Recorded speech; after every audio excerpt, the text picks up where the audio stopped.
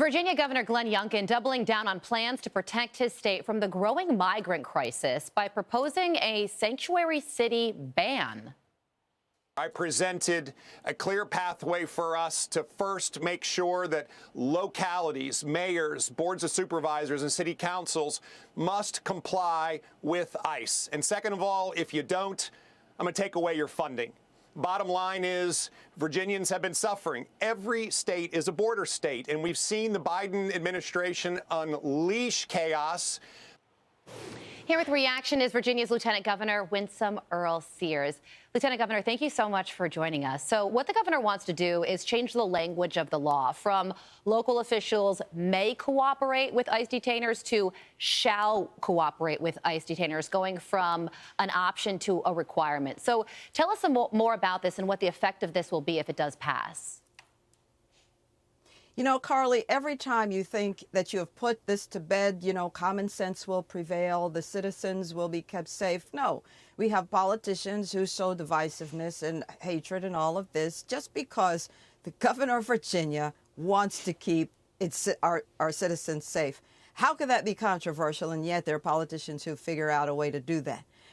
All he's saying is you must notify ICE before these criminals are released, or whatever it is that you want to do. ICE must be notified.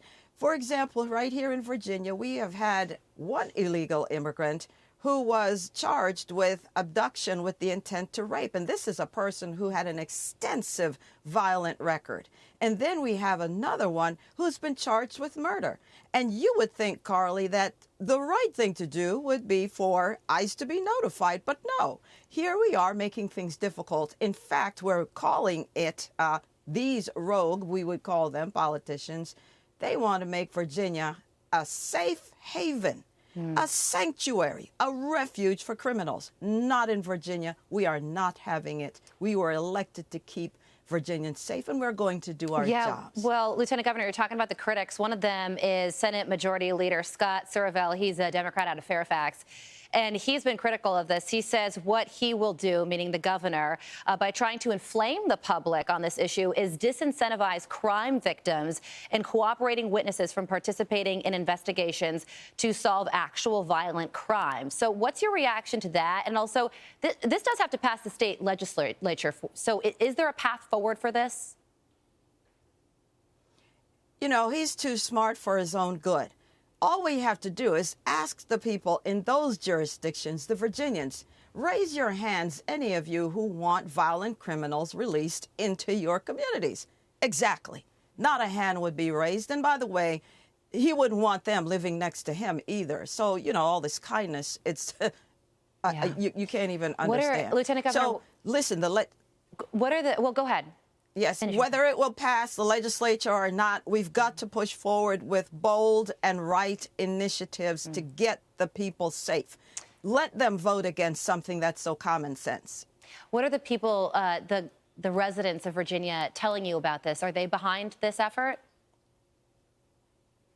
Well, who wouldn't want safe communities? Who wouldn't want to know that their children are safe? Of course, this is what they want, but you have politicians who seem to always know better than the rest of us. And hopefully next time the election comes around, they'll be voted out of office because, you know, crime doesn't know any boundaries. Next time it's you. Next time it's me. So we will keep the people safe. And, you know, here I am. I'm a legal immigrant. My dad is a legal immigrant. But wait a minute. We don't even know who half of these people are, the 13 million who have come in. They came in with no documents. They did not wait their turn. There's no fairness to it. And now here we are. If the border had been secure, we wouldn't be here talking about this. But are we trying to give more rights to the perpetrators who are even here illegally? And they have more rights than the citizens of America? Come on. What are we talking about here? This sounds like common sense to a lot of people out there. Lieutenant Governor, thank you so much for joining us. This is a story we will certainly be following. We appreciate you joining us. Have a great day.